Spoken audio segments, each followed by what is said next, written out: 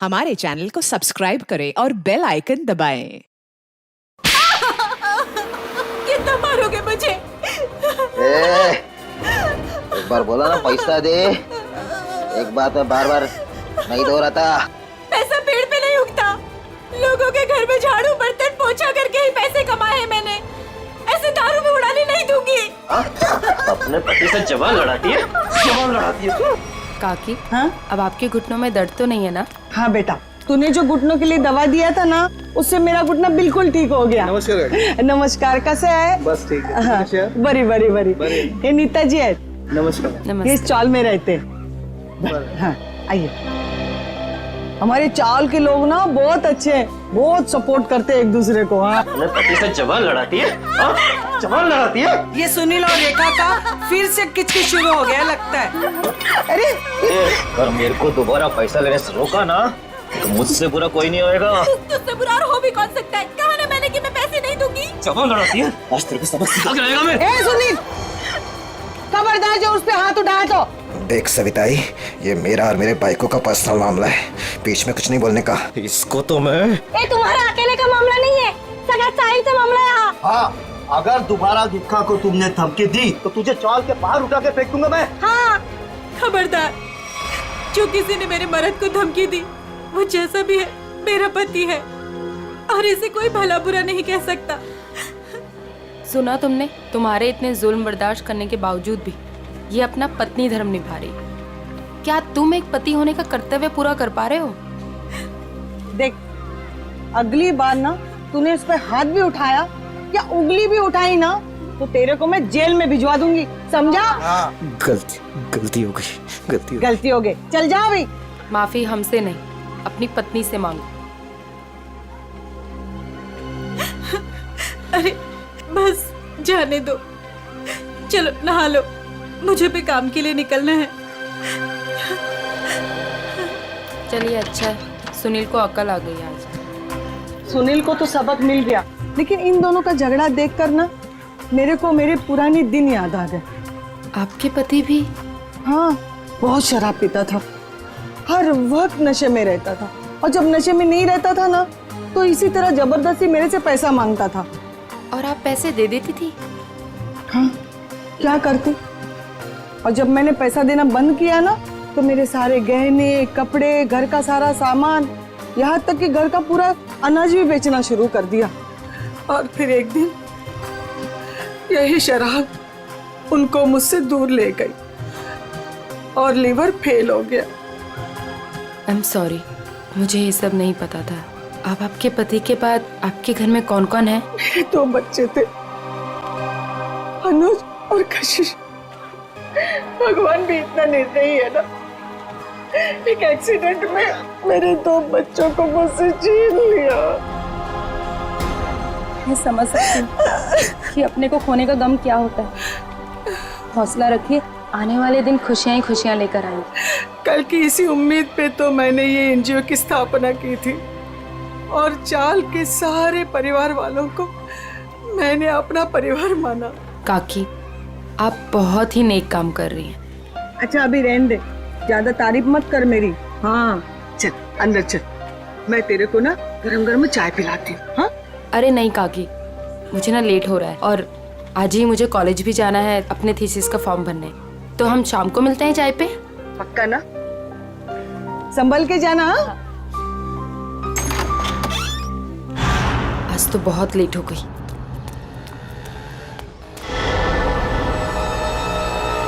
ये तो वही लड़का है, आज तो इस रोमियो को सबक सिखा कर आऊंगी। हेलो, ओए मिस्टर, हेलो, रुक, कब से मेरा पीछा कर रहा है? रुक, भागता कहाँ है? रुक।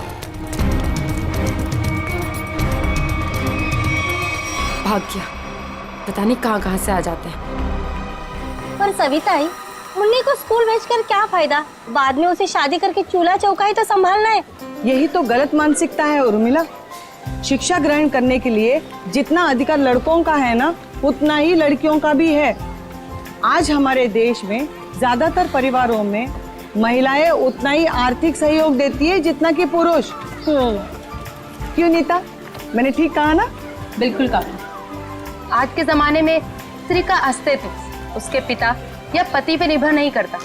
लड़की को भी पूरा अधिकार है कि वो अपनी पहचान बना सके और समाज के साथ कंधे से कंधा मिलाकर आगे बढ़ सके।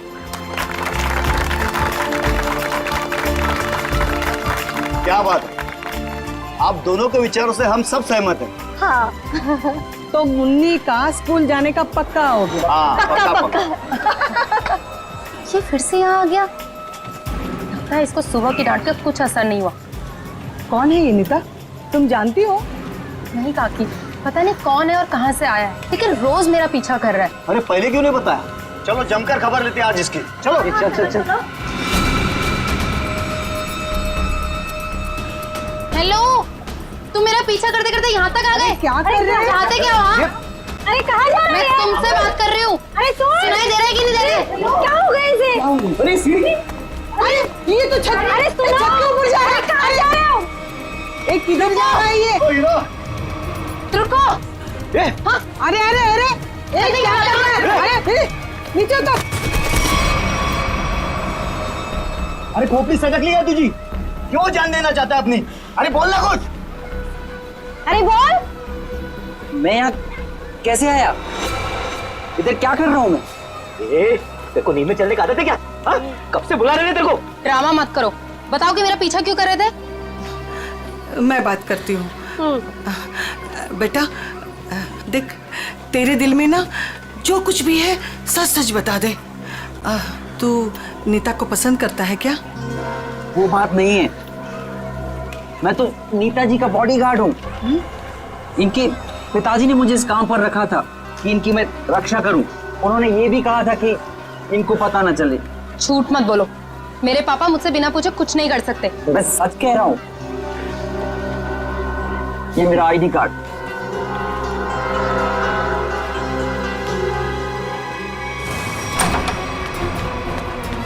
अरे नीता बिटिया, अरे अभी हम तुम्हारे बारे में ही बात कर रहे थे। नमस्ते अंकल। नमस्ते बेटा। क्या बात है बेटा, अंकल से नमस्ते और पापा से हेलो हाय कुछ भी नहीं? मैं आपसे बहुत नाराज हूँ। ऐसा मैंने क्या कर दिया? आप जानते हैं ना कि मैं मंगलावाड़ी चौल में अपनी रिसर्च कर रही हूँ। मुझे उन लोगों के रहन सहन, उनका गुजर बसर वो सब जानना है, इसलिए तो मुझे उनके बीच में रहना पड़ रहा है। हाँ बेटा, तो मैंने आपको अनुमति दे तो दी थी ना चौल में रहने की। अनुमति दी, वो ठीक है, लेकिन वो बॉडीगार्ड वो मेरे पीछे क्यों आ जाता है बार बार? देखो बेटा, मैंने बॉडीगार्ड इसलिए रखा था कि मैं चैन की नींद सो सकूं और मुझे यकीन रहे कि मेरी बिटिया वहां पर सुरक्षित है। पापा, मैं कोई बच्ची थोड़ी हूँ, अपनी देखभाल कर सकती हूँ। शेखर अंकल, समझाइए ना पापा को। पापा के लिए तो तुम हमेशा बच्ची ही रहोगी। 50 साल की हो जाओगी ना तब भी। आप भी ठीक है, आप भी ना पापा की तरफदारी कर लो। अरे नहीं बेटा, हम तो आपकी ही तरफ हैं। देखो रतन, ये अच्छी बात नहीं है भाई। नीता बिटिया को उसकी पर्सनल स्पेस मिलनी चाहिए। लेकिन शेखर, तुम्हें तो पता है ना शहर में जुर्म कितने बढ़ गए। अब मैंने एक बॉडीगार्ड रख लिया तो कौन सा पहाड़ टूट गया यार। मुझे ना आपसे कोई बहस नहीं करनी।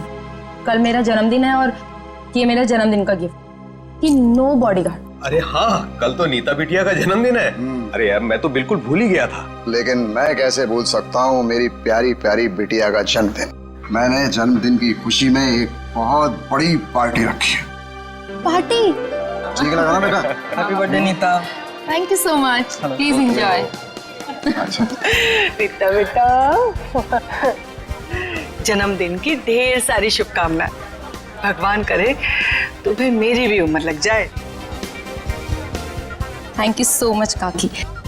पापा, ये सविता काकी है, मैंने बताया था ना आपको इनके बारे में। हाँ, नमस्ते नमस्ते। हमारी बिटिया आपकी बहुत तारीफ करती। आपकी बेटी भी बहुत बहुत अच्छी है। Thank you very much. ये है मेरे बिजनेस पार्टनर शेखर। नमस्ते। नमस्ते, आपसे भी मिलकर बहुत खुशी हुई। मुझे भी बहुत खुशी हुई आपसे मिलकर। अंकित, मैंने happy returns of happy birthday. Thank you so much. अरे sir, looking handsome sir. Thank you. अच्छा सर, कल हमारे नए प्रोजेक्ट की मीटिंग फिक्स हुई है, सुबह 10 बजे। 10 बजे? Okay, done. हेलो जी, ये मेरी बर्थडे पार्टी है, आपका ऑफिस नहीं, तो ये जो अपना काम है ना ऑफिस तक ही रखिए। सॉरी बेटा, सॉरी आई एम सॉरी, आज काम की कोई बात नहीं हो गई, ठीक है? चलो अब केक काटे। पापा बस एक मिनट, छोटा सा सरप्राइज है। रामू, श्याम, जल्दी से सारे मेहमानों के चश्मे ले आओ। चश्मे? चश्मे? ये देखिए, रंग बिरंगे चश्मे। सो आज का थीम है गॉगल्स, तो ये सबको पहनने हैं। Okay guys? Very innovative idea. तुम्हें ड्रेस से मैच कर रहा है ना? हाँ। पर मैं अभी नहीं लगाऊंगी, मैं केक काटने के बाद लगाऊंगी। चलो चलो केक काटते हैं। हाँ।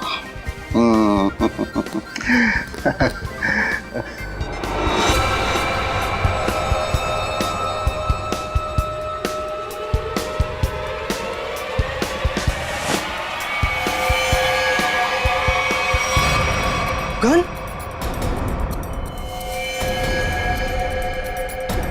रतन ये क्या कर रहा है यार? गोली लग गई। ये असली की नकली यार। Good bye Shekhar. Ratan, good bye रतन।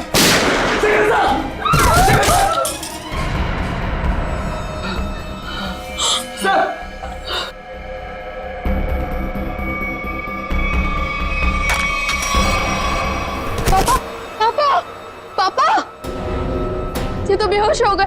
ये अच्छा है, गोली मार के बेहोशी की एक्टिंग कर रहे हैं। अरे कोई एम्बुलेंस बुलाओ, शेखर जी को गोली लगी है। और सीआईडी को भी फोन करना पड़ेगा। Hello CID?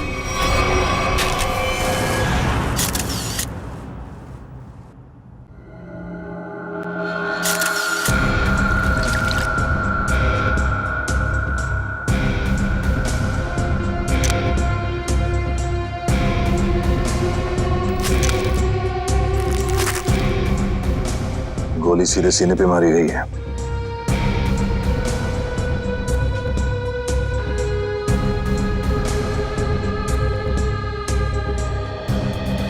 आप सबने देखा था रतन जी को गोली चलाते हुए शेखर जी पे? हाँ सर, हम तो हक्के बक्के रह गए ये देख के। इतनी अच्छी पार्टी चल रही थी, सब कितना एंजॉय कर रहे थे। पता नहीं अचानक रतन जी को क्या हो गया, उन्होंने गोली चला दी। जरूर मेरे पापा के खिलाफ किसी ने साजिश की, ऐसा कर ही नहीं सकते। रतन जी। सर। रतन जी को होश आ गया। बताओ इन्हें।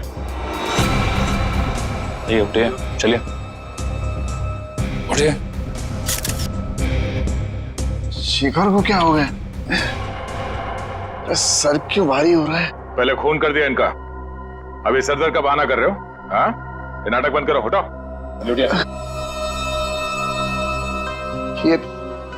ये आप क्या कह रहे हैं? मैंने किसी का खून नहीं किया। नीता बेटा, क्या कह रहे हैं ये लोग? मेरी समझ में नहीं आ रहा है बेटा। पापा, मुझे खुद समझ में नहीं आ रहा है कि ये सब हो क्या रहा है। समझ में आएगा सबको, बहुत जल्दी सबको समझ में आ जाएगा।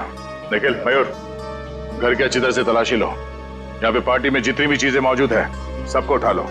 जयंती सर, इस गन को फोरेंसिक लैब में भिजवा दो। और रतन जी चलिए ब्यूरो चलते हैं। पापा ठीक तो है ना? पापा सर, सब बैलिस्टिक्स रिपोर्ट आ गई। इसमें साफ साफ लिखा है कि शेखर को जो गोली लगी थी वो रतन जी के गन से चली थी, और उस गन पे जो उंगलियों के निशान मिले थे वो भी रतन जी के ही थे। कहिए रतन जी, क्या कहना है आपको इस बारे में? मेरे कुछ समझ में नहीं आ रहा सर। मेरे सर बहुत भारी हो रहा है। ऐसा लग रहा है जैसे किसी गहरी नींद से जागा हूं मैं। कोई डरावना सपना देखा है मैंने। हाँ, मगर क्या करे, शेखर जी की मौत तो कोई सपना नहीं है। सारे सबूत यही कह रहे हैं कि शेखर का खून तुमने किया है। मैंने कोई गोली नहीं चलाई सर।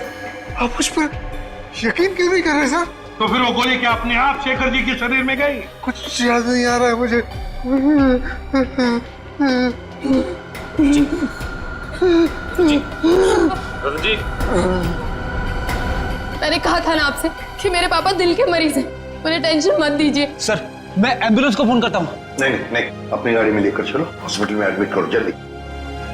चलिए। मैं भी चलती हूँ साथ में। नहीं, आप नहीं जाएंगी। उन्हें पहले एडमिट होने दो, बाद में मैं भी चलूंगा तुम्हारे साथ। प्लीज सर, मेरे पापा को छोड़ दीजिए। अगर तुम्हारे पापा ने कुछ भी नहीं किया है तो उन्हें कुछ नहीं होगा। अच्छा एक बात बताओ, रतन जी का कोई झगड़ा वगड़ा था पहले से शेखर जी के साथ, या फिर कल पार्टी में कोई झगड़ा वगड़ा हुआ था? नहीं सर, वो तो पार्टी में बहुत एंजॉय कर रहे थे। अच्छा,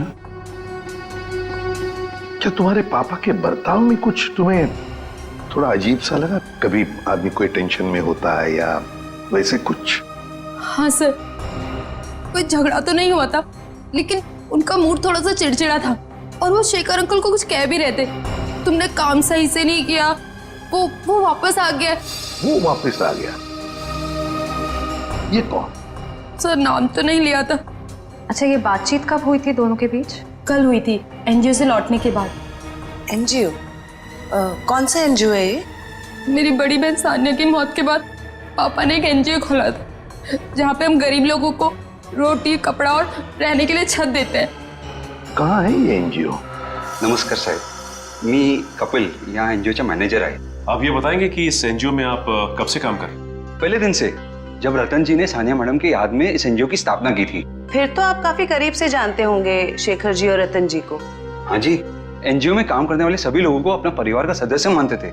हमेशा आकर हमसे हमारे सुख दुख के बारे में पूछते थे और अपने सुख दुख बांटते भी थे। ये तो बहुत अच्छी बात है। फिर तो आप ये भी जानते होंगे कि शेखर जी और रतन जी के बीच में किस बात को लेकर टेंशन चल रही थी? नहीं साहब, ऐसा कहीं ना होते। वो दोनों बिजनेस पार्टनर कम और भाई समान ज्यादा थे। भाई समान थे? तो फिर रतन जी ने शेखर जी का खून क्यों कर दिया?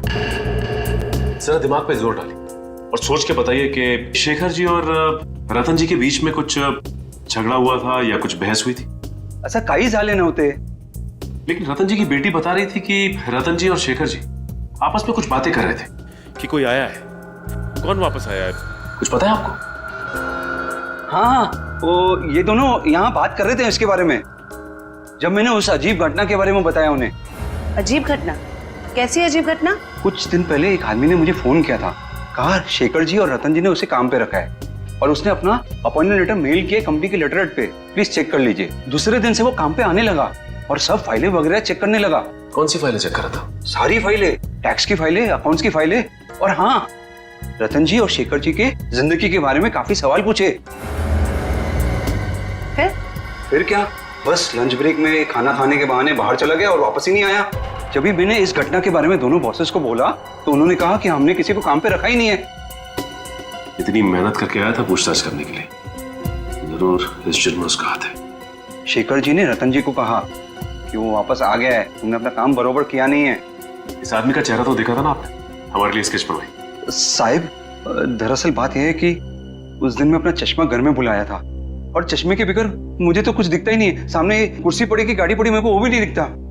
सर, एक बात तो तय है, ये जरूर इन दोनों के अतीत से जुड़ा हुआ ही कोई आदमी है। एग्जैक्टली, इसीलिए तो बड़ी आसानी से इस अनजान आदमी को उन्होंने पहचान लिया। इस नए मोहरे से जल्द मिलना होगा। सर, हाँ, पता चला एनजीओ से किसका फोन था जिसकी वजह से इन दोनों के बीच में अनबन हो गई? सर, एनजीओ वालों को उसका नाम तो नहीं मालूम, लेकिन उनका कहना था कि कोई आदमी आया था, अनजान आदमी, जो काफी सवाल जवाब कर रहा था वहां पे। यह आदमी जरूर रतन ने जो अपने बेटी सानिया के नाम पे एनजीओ चलाया उसी से संबंधित है। रतन और शेखर दोनों इस आदमी के बारे में जानते थे और इसीलिए इन दोनों के बीच में बहस हो गई। सर, कहीं ये जो भी चीजें हो रही हैं, इन सबका संबंध सानिया की मौत से तो नहीं? नीता, बेटा एक बात बताओ, तुम्हारी बहन की मौत कैसे हुई? दीदी ने आत्महत्या की थी। क्यों? मालूम नहीं। मालूम नहीं मतलब? मैं उस वक्त हॉस्टल में थी, घर पे क्या हो रहा है क्या नहीं, सबसे अनजान। अच्छा, जब आपकी बहन ने आत्महत्या की तो उस वक्त क्या आप हॉस्टल में थी? उस वक्त तो मैं घर पे थी, छुट्टियां मनाने के लिए आई थी। मुझे आज भी वो दिन याद है, जब मैं और पापा मॉल से शॉपिंग कर आए और जैसे ही पापा ने दरवाजा खोला। सानिया बेटा, सानिया, सानिया! नीता, क्या तुमने अपने पापा से पूछा नहीं, जानने की कोशिश नहीं की कि क्यों तुम्हारी बहन सानिया ने ऐसा कदम उठाया? पूछा था सर, बहुत बार, लेकिन पापा हमेशा यही कहते थे कि तुम्हें इस बारे में जानने की जरूरत नहीं, और वो रोने लगते थे। इसलिए मैंने इस बारे में कभी उनसे बात नहीं की। हम अगर किसी को तो पता होगा ना क्या तकलीफ थी सानिया को, कोई खास दोस्त न कोई तो। आया जी थी, वो हमेशा उनके साथ रहती थी। उसकी जिंदगी के पहले दिन से लेके आखिरी दिन तक वो हमेशा दीदी के साथ रही है। जी, ये आया रहती कहाँ है? उसी चौल में जहाँ मैं रिसर्च कर रही हूँ।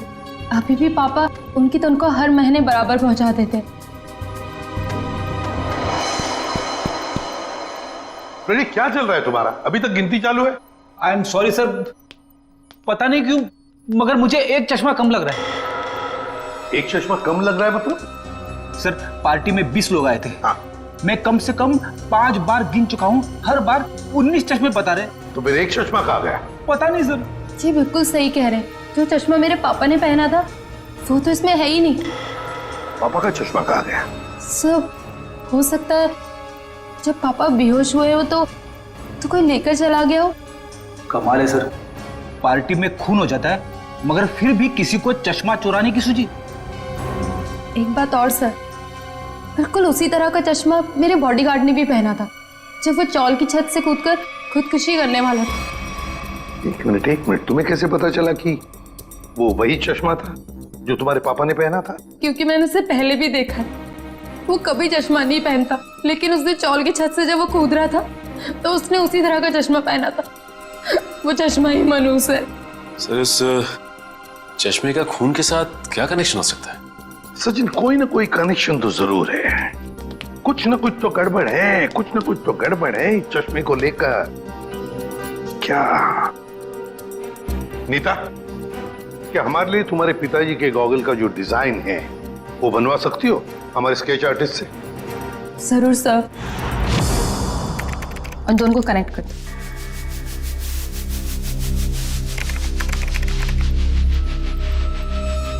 जल्दी। ठीक है, थैंक यू। कमाल का डिजाइन है ये इस चश्मे का। सर ये चश्मा तो कस्टम मेड लगता है, क्योंकि रेडीमेड चश्मों की डिजाइन ऐसी नहीं होती। हाँ श्रेया, ये ऑर्डर देख के, डिजाइन देखकर बनाया गया चश्मा है ये। पता लगाना पड़ेगा शहर में ऐसी कौन सी दुकानें हैं, कितनी दुकानें हैं जो इस तरह के चश्मे बनाती हैं। फिर सानिया की आया के बारे में भी पता लगाना पड़ेगा। हेमलता जी। कौन है? आप सानिया की आया थी ना? हाँ, पर आप लोग? देखिए हम सीआईडी से। सीआईडी? माफ करना माँ जी, हम लोग ने आपको परेशान किया। ठीक है बेटा, दिवस भर में आराम ही करती हूँ, पर आप लोग यहाँ कैसे?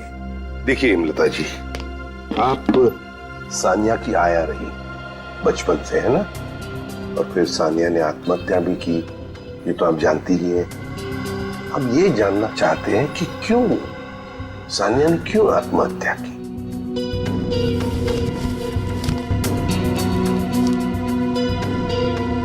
बहुत दिनों बाद इन बूढ़ी आंखों को आप लोगों ने नम कर दिया। हम आपका दुख समझते हैं। मैं हूँ जिम्मेदार, मैं हूँ। या तो रतन जी को मैंने मनाना चाहिए था उस रिश्ते के लिए, वरना सानिया को मजबूर करना चाहिए था वो लड़के को भूलने के लिए। लड़का? कौन लड़का? जिससे वो प्यार करती थी। प्यार करती थी? अच्छा, तो फिर हुआ क्या? वही अमीर गरीब लड़का गरीब था ना। एक दिन अचानक वो लड़का कहीं दूर चला गया। महीनों इंतजार करती रही सानिया, न खाती थी न पीती थी, वो अपने बंद कमरे में रोती रहती थी। वो लड़का कौन है, कहाँ रहता है, क्या उसका कोई टेलीफोन नंबर वगैरह है आपके पास? नहीं, सानिया ने कभी उसका नाम या पता नहीं बताया अभी। चल ठीक है, कोई बात नहीं। सॉरी, हमने आपको बहुत तकलीफ दी। आराम कीजिए। सर, सोच रही हूँ दया सर के लिए एक चश्मा ले लूं। दया का बर्थडे आने वाला है क्या? नहीं सर, वो हमेशा ना मुझसे उखड़े उखड़े रहते हैं, इसीलिए। अच्छा, गिफ्ट देके उनको खुश करना चाहती हो? नहीं सर, उन पे बहुत अच्छा लगेगा इसलिए। बाद में देखते हैं। Excuse me. जी कहिए, किसके लिए चश्मा दिखाऊं? एक मुजरिम के लिए। मुजरिम के लिए चश्मा? मैं कुछ समझा नहीं। जरा ये डिजाइन देखो चश्मे की। ये आपने ही बनाया था ना? जी हाँ। आपको पसंद है? आप लोगों के लिए भी बनवा दूं? नहीं नहीं, आप हमें माफी कीजिए। आपका बनाया हुआ ये चश्मा पहनकर लोग उल्टी सीधी हरकतें करने लगते हैं। कोई छत पे पहुंच जाता है छलांग लगाने, तो कोई किसी को गोली मार रहा है। क्या मजाक कर रही हैं आप? ये सब मेरे चश्मे की वजह से हो रहा है? हम मजाक के मूड में नहीं है। सीआईडी? अब जरा ध्यान से बताओ, किसके लिए बनाया था ये? एक मिनट सर। सर, ये कोई अभिषेक नाम का आदमी था। क्या बात है सर, नाम भी है, एड्रेस भी और फोन नंबर भी है। कॉल करो जी।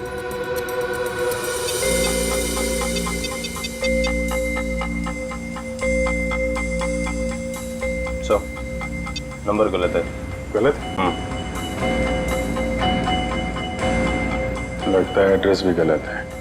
दिल दरिया कॉलोनी। दिल दरिया कॉलोनी कभी सुना है आपने? कहीं कहाँ पे है मुंबई में? सॉरी सर, मैंने एड्रेस ठीक से देखा नहीं था। आंखों का बिजनेस करते हो तुम? आदमी को तो देखा होगा ठीक से। दरअसल सर, मैं उस वक्त दुकान पर नहीं था। मेरा कारीगर जगनलाल था, उसने ही अभिषेक को देखा था। बुलाइए जरा ये जगनलाल जी को। जगनलाल जी साहब, ये लोग सीआईडी से हैं। जरा इन्हें बताओ, ये खास डिजाइन वाला चश्मा किसने बनवाया था? साहब, वो बड़ा ही अजीब आदमी था। बड़ी सी टोपी पहन रखी थी, आंखों पर काला चश्मा लगाया था, और ना जाने कितने दिनों से उसने दाढ़ी नहीं की थी। काफी लंबी दाढ़ी थी उसकी। ओह, नाम और एड्रेस की तरह हुलिया भी नकली। कुछ और याद आता है इस आदमी के बारे में? हाँ सर, अक्सर जो लोग चश्मा बनाते हैं ना, वो सामान हमारे दुकान से ही लेते हैं, लेकिन वो खुद अपना सामान लेके आया था। फ्रेम, कांच और एक अजीब सी छोटी सी चीज उसने लगाई थी चश्मे में। छोटी सी चीज? अच्छा, उस चीज के बारे में कुछ बता सकते हैं आप? अपने मोबाइल का सिम कार्ड होता है ना, उससे भी छोटी चीज थी। और साहब, चश्मा बनने के बाद उसने मुझे पहनने भी नहीं दिया। मुझे फिटिंग चेक करवानी थी तो बोला चश्मा गंदा हो जाएगा। ये भी कोई बात हुई? कोई बात नहीं। आप जरा ये मेरा कार्ड रखिए। अगर वो आदमी दोबारा आए या दिखाई पड़े तो मुझे फोन करना, और उसको नहीं बताएंगे। इतना तो समझते हैं ना आप? समझ गए सर। सर, ये रोहन और मीशा है, ये सानिया के बड़े अच्छे दोस्त थे। घबराओ मत। देखो, हमने तुम्हें यहाँ कुछ सवाल पूछने के लिए बुलाया है। कैसे सवाल सर? सानिया के बारे में। क्या तुम लोगों को पता है सानिया ने ऐसा क्यों किया, क्यों आत्महत्या की? पता नहीं सर, अगर उसे कोई प्रॉब्लम होती तो हम जरूर उसकी मदद करते, लेकिन ऐसा कुछ नहीं था सर। एक बात बताओ, क्या सानिया का कोई बॉयफ्रेंड वगैरह था? कोई लड़का था उसकी जिंदगी में? हाँ सर, एक लड़का तो था, मगर उसने कभी हमें उससे मिलवाया नहीं। क्यों? पता नहीं सर, वो बोली सब कुछ ठीक हो जाने के बाद सबको बताएगी। बहुत सीरियस थी उसको लेकर, शादी करना चाहती थी उससे। अच्छा, क्या नाम क्या था उस लड़के का? नहीं सर, उसके बारे में कुछ भी नहीं बताया था। पर हाँ सर, वो कॉलेज खत्म होने के बाद मंगलावाड़ी चौल जाती थी। एक दो बार तो मैंने खुद उसे वहाँ पे छोड़ा था। वहाँ पे एक लड़का बाइक पे हेलमेट पहने उसका इंतजार किया करता था। मंगलावाड़ी? चलो, थैंक यू वेरी मच। तुम दोनों जा सकते हो। मंगलावाड़ी चाल? सर, नीता तो वहीं पे रिसर्च करती थी। और उसकी बहन सानिया, नीता की बहन सानिया जिस लड़के से मिलने जाती थी, वो मंगलावाड़ी चाल में ही रहता है। मंगलावाड़ी चाल में। कुछ समझ गए? समझ गया सर। मतलब ये नीता उस लड़के को जानती है, मगर जानबूझ के हमसे छुपा रही है। हाँ, मंगलावाड़ी चाल। इस लड़की को देखिए, क्या आप में से कोई भी इसे जानता है? कभी देखा है? हाँ, ये अक्सर हमारे चौल में आया करती थी उस लड़के से मिलने। कौन सा लड़का? मनोज नाम था उसका, इसी चाल में रहता था वो। रहता था मतलब अब नहीं रहता? वो दरअसल कुछ साल पहले उसे सजा हो गई थी। अब तक तो सजा पूरी भी हो गई होगी, पर वो वापस लौटा नहीं। क्या क्या किया था उसने? सर पक्के से तो पता नहीं, पुलिस कह रही थी चोरी चकारी का इल्जाम है उस पर। मनोज, चल, thank you very much. Sir जिस मनोज की आप बात कर रहे हैं उसका तो सर कोई भी पुलिस रिकॉर्ड नहीं है। सुमित जी, ये कैसे हो सकता है, जबकि मंगलावाड़ी चाल में रहने वाले लोगों ने हमें बताया कि 5 साल पहले मनोज को उसी चाल में से गिरफ्तार किया था। सर सारी फाइलें आपके सामने रखी हुई हैं, 5 साल के सारे रिकॉर्ड आप देख चुके हैं, मगर कहीं भी इस नाम का कोई शख्स नहीं है। हो सकता है मनोज की फाइल गुम हो गई। ऐसा कैसे हो सकता है सर? क्यों नहीं हो सकता? तो फिर मनोज की फाइल मिल क्यों नहीं रही है? हो सकता है सर आपको कोई गलत इंफॉर्मेशन मिल गई हो, या फिर इस नाम का कोई शख्स हो ही ना, या फिर चौल वालों ने आपसे झूठ बोल दिया। होने को तो यह भी हो सकता है कि मनोज की फाइल यहां से जानबूझकर गायब की गई।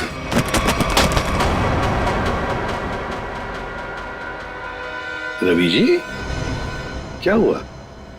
तबीयत बिगड़ गई क्या? ये अचानक पसीना क्यों आने लगा? अरे कांपने क्यों लगे तुम? और अचानक ये फाइल छूट कैसे गई तुम्हारे हाथ से? नहीं सर, ऐसी कोई बात नहीं है। हमसे कोई भी कुछ भी छुपा नहीं सकता। बताओ क्या बात है? भागता किधर? लगता है सर ये बिना दवा खाए इसकी बीमारी ठीक होगी नहीं।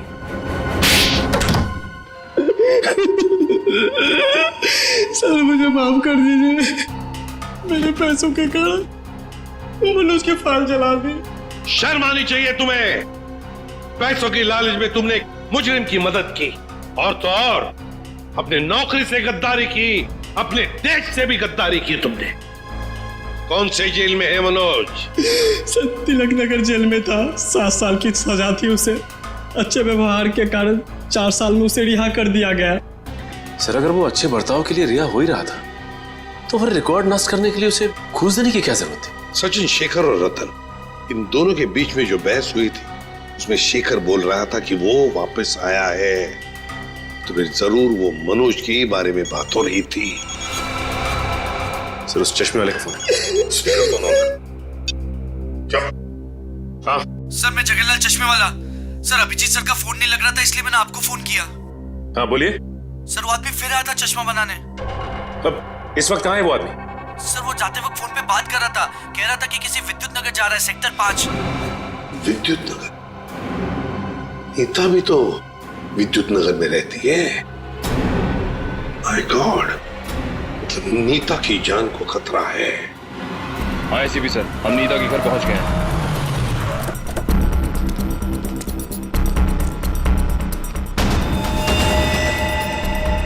ओह नो, ये नीता छत पे क्या कर रही है? इसे रोकना होगा। नीता!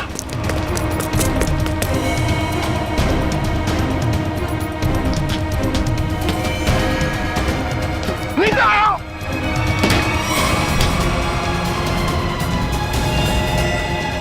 तो हाँ तो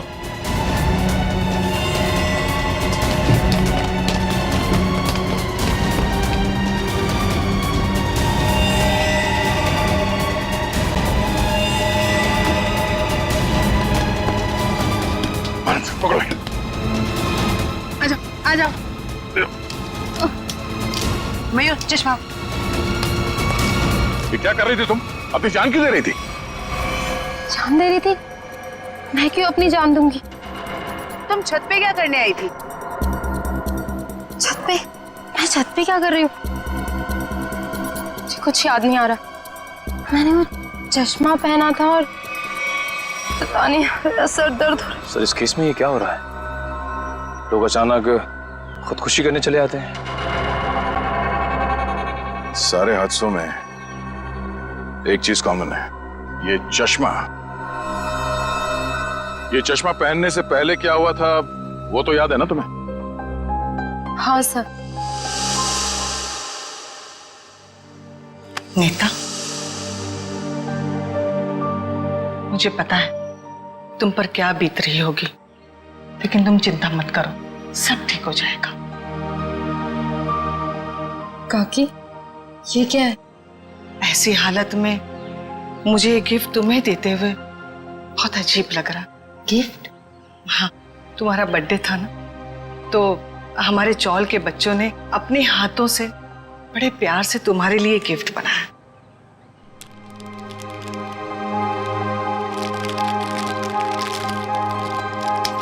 चश्मा?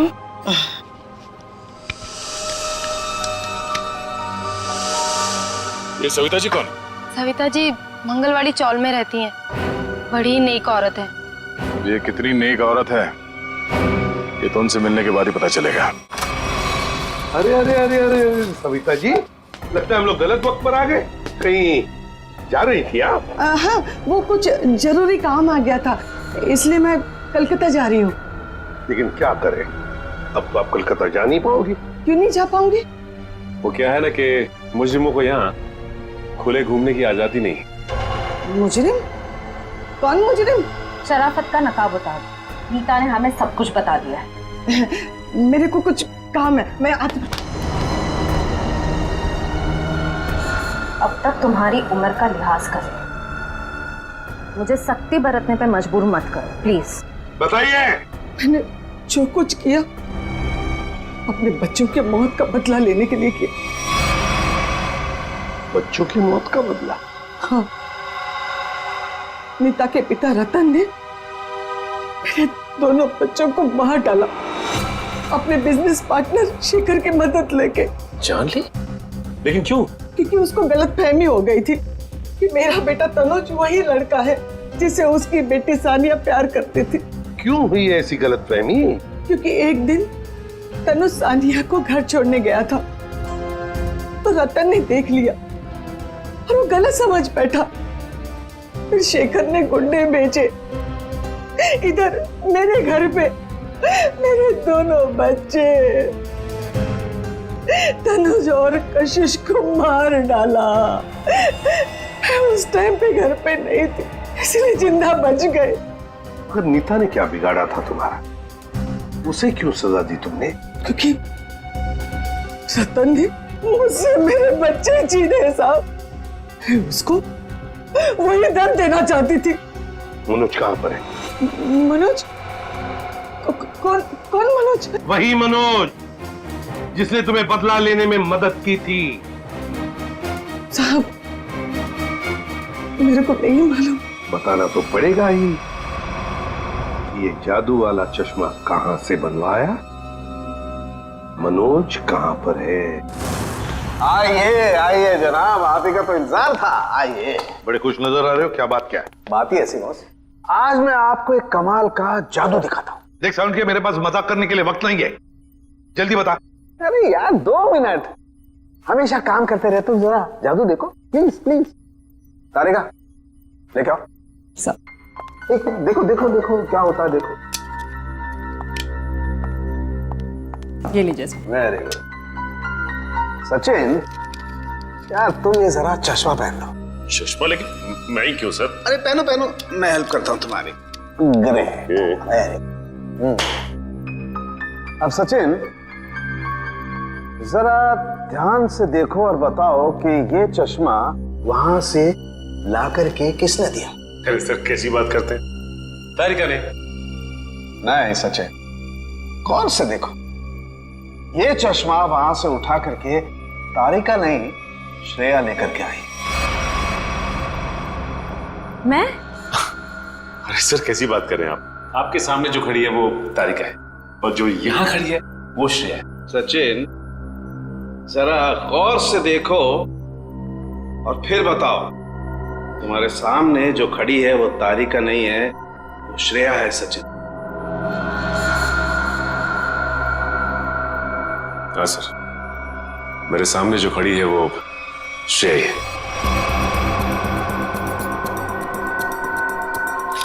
सचिन ये मेरी गन लो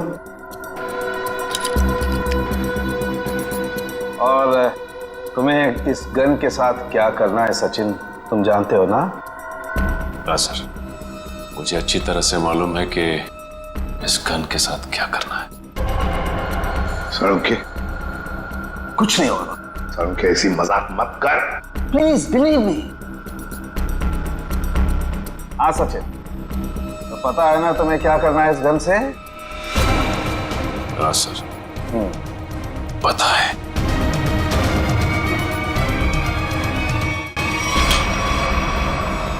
लाओ सचिन, ये गन मुझे दे दो। अब ये चश्मा भी तुम्हारा उतार देना है। बस जा।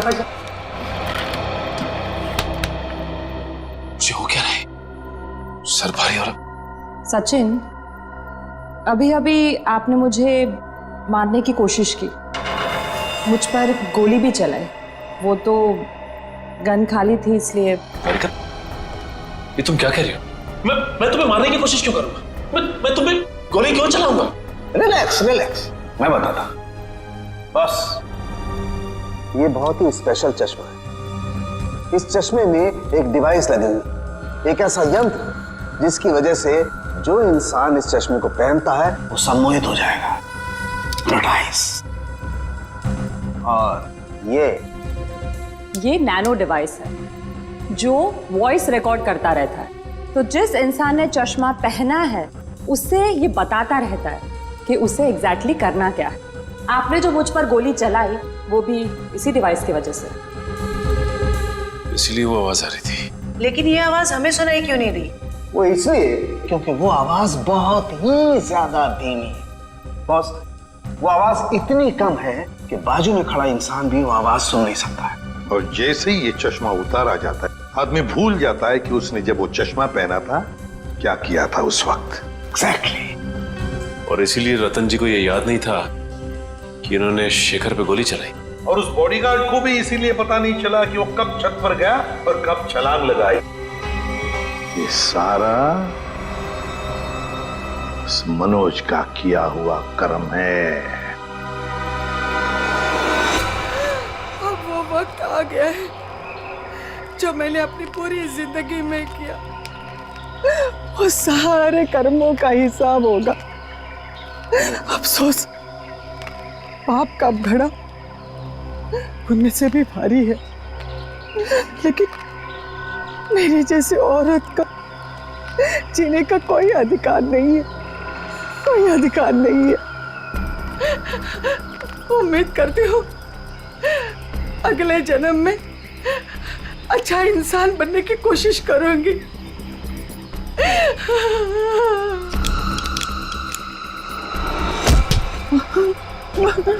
ये क्या कर रही है? उतार चश्मा, उतार। मेरा बच्चा आ गया। तूने जहर पिया? आई, ये क्या किया तूने? मेरे को नहीं पता मैंने ऐसा क्यों किया। बेटा, मेरे को माफ कर दे, हमारे साथ इतना ही था। नहीं आई, आई नहीं, आई। जिस किसी ने भी तेरे साथ ऐसा किया है माँ, तेरी कसम उसे छोड़ूंगा नहीं मैं। अब पता चला किसी अपनों पर वो मौत का चश्मा लगाने के बाद कैसे लगता है। चलो अब तुम्हारे आंखों पे कानून का चश्मा चढ़ाते हैं। कहाँ भाग रहे हो? रुक, सचिन उधर से पीछे जाओ उसके।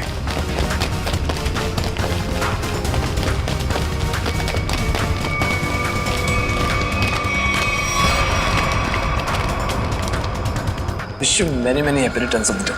Happy birthday. so much. अब जेल की चक्की पीसने की तैयारी करो। सविता जी भले मेरी असली माँ ना थी, पर वो मेरे लिए मेरी माँ से भी बढ़कर थी। उनके बच्चों के मरने के बाद उन्होंने मुझे ही अपना बेटा माना था।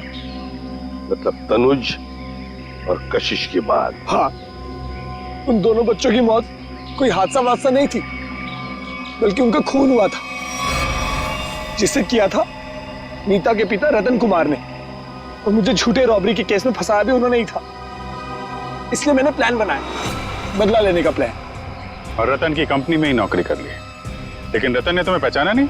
रतन और शेखर ने मुझे नहीं पहचाना, क्योंकि उन्होंने मुझे कभी देखा ही नहीं था। और इसी बात का मैंने फायदा उठाया, और जेल से छूटने के बाद ना ही मैंने सविता माँ के बच्चों का बदला लिया, बल्कि अपनी सान्या, जिसे मैं इतना प्यार करता था, उसकी भी मौत का मैंने बदला लिया। हमारे पास चले आते, हम तुम्हें न्याय दिलाते। कानून पर से तो विश्वास ही उठ गया था मेरा, इसलिए मैंने खुद ही न्याय करने की सोची। नीता से दोस्ती की, फिर उसे मार दिया। सान्या से प्यार करते थे तुम, इसे प्यार कहते हो? उसकी बहन की जान लेने चले थे तुम। वो तो अच्छा हुआ हम लोग वक्त पे पहुंच गए और उसे बचा लिया। क्या नीता जिंदा है? हाँ जिंदा है। बहुत कोशिश की ना तुमने उसे मारवाने की। उसके बॉडीगार्ड को भी वो चश्मा पहना दिया ताकि वो आत्महत्या कर ले, मगर नहीं, तुम्हारा प्लान वैसे ही फेल हो गया। हाँ, मगर रतन का प्लान फेल नहीं हुआ। मैंने वेटर के जरिए उसे खूनी चश्मा पहनाया और उसी के जरिए उसी के दोस्त को मरवा दिया। और फिर हमारे आने से पहले वो चश्मा तुमने गायब कर दिया। तो फिर वो चश्मा सविता के जरिए तुमने नीता तक पहुंचा दिया।